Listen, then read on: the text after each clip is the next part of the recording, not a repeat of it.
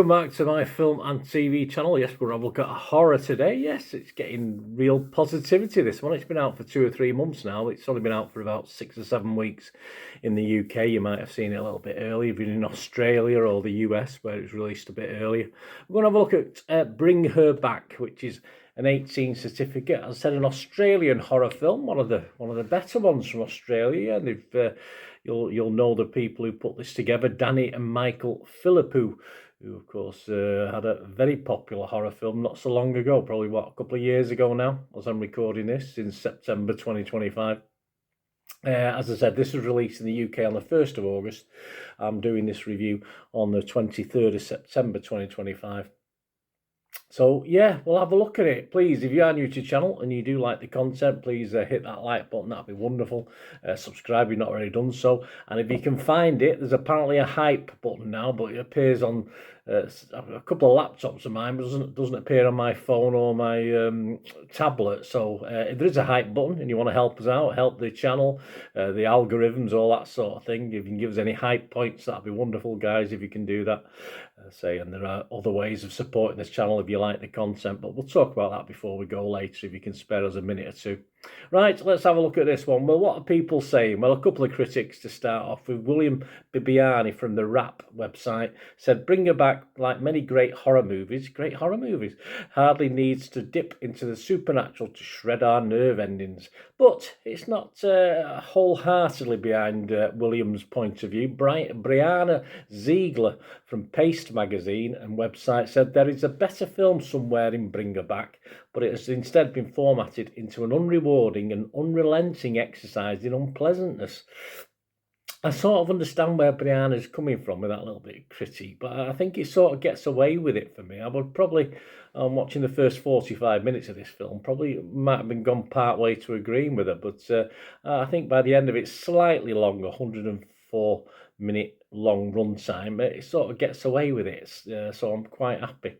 This stars, yes, a very good cast. Billy Barrett, Sora Wong, Jonah Wren-Phillips, and of course the main protagonist in this, and she does a great job, Sally Hawkins.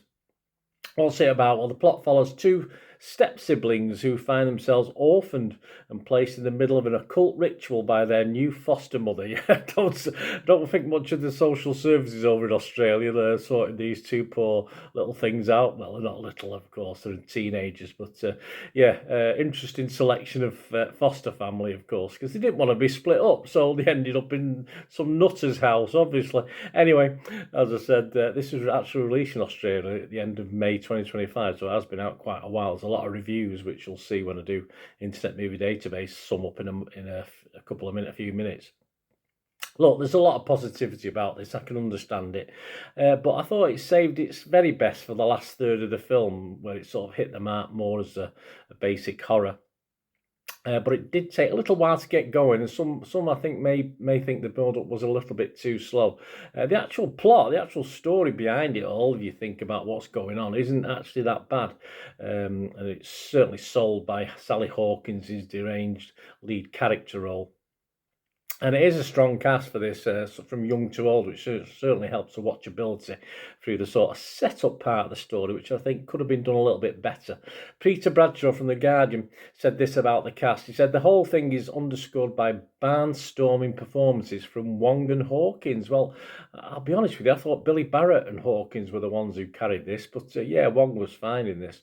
Roger Moore from Movie Nation, he didn't like this particularly. He only scored it 50, so he sort of sat on the fence on this one. He said, it's the filmmaker's unsparing depiction of violence against children that overwhelms this story of supernaturalism or desperate misguided superstition. That seems excessive, a shock value cheat that gives this wrenching nature of loss and grief story a sense of overkill. Yeah, I agree with Roger if we're talking about a psychological thriller or thriller film.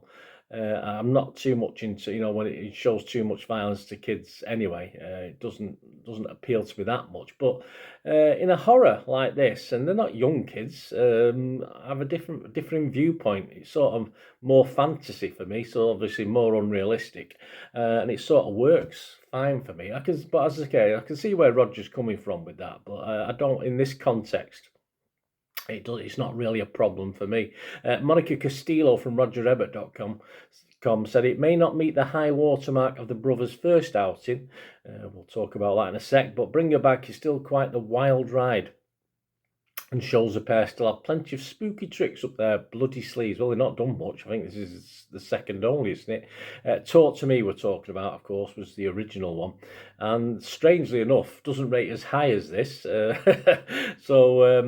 But I possibly agree either way. It's a serviceable horror follow-up. And certainly, even though I probably preferred the original, this is actually rating a bit higher. So a lot of people are liking this. I just feel it could have been a little bit more proactive with its storytelling, backstory, if you like, and has certain deficiencies, certainly in the early stages of the film when I wanted to learn a little bit more about the backstory and what was going on. We see things, but you're trying to think, follow the story on the screen and trying to figure out what was going on at times, which I don't like. I like to just concentrate on a film and enjoy it rather than think, oh, well, what's happening there. But as the film progresses, I felt less judgmental about the overall thing. It didn't seem to matter about the slow sort of lack of storytelling in the early part. And I sort of forgave it. I sort of forgave that because when it got to the last 20, 30 minutes, I quite enjoyed it, the horror side of it. And I sort of forgot those problems I was sort of having with it initially. So it's quite clever in a way, I suppose. As long as you keep watching it, that's the thing. What are others thinking as far as scores are concerned? Rotten Tomatoes, 89% positivity, 261 critics, 233 fresh, about 10% rotten, 28 were rotten. So, but a big solid tick for this one. Made that 233 fresh to 234 with mine. The consensus read, a domestic nightmare that draws its most profound scares from Sally Hawkins' deranged performance. It does. Bring Her Back is an exemplary thriller that reaffirms directors Danny and Michael Philippou as modern masters of horror. Yeah, they do very well. 2 in. Not bad at all for the first two. We'll see how it goes. Metacritic, their average 75 out of 100, so again, very good, based on 39 critics. 32 were positive, 7 were mixed, but there was no negatives, and I can't see any big negatives in this.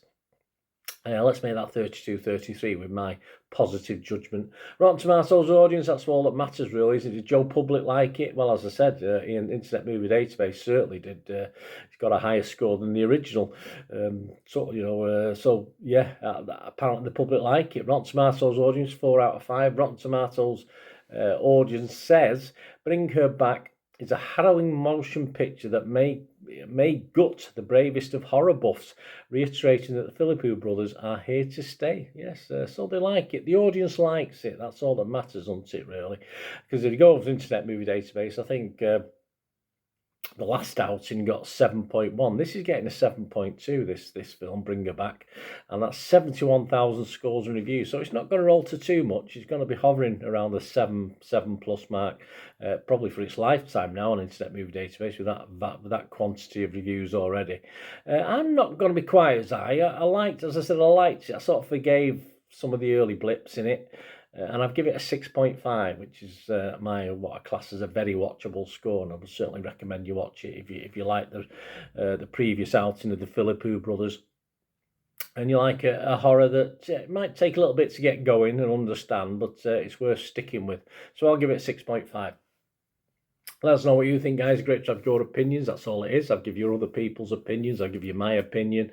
Let me know your opinion. Even more importantly, you can do it through the comments section or through my various socials. There are ways of doing that. And of course, if you do, as I said, want to help support the channel, if you like the content, there are ways of doing that. And all you ever have to do is just spare me another minute or so of your time and keep watching and listening.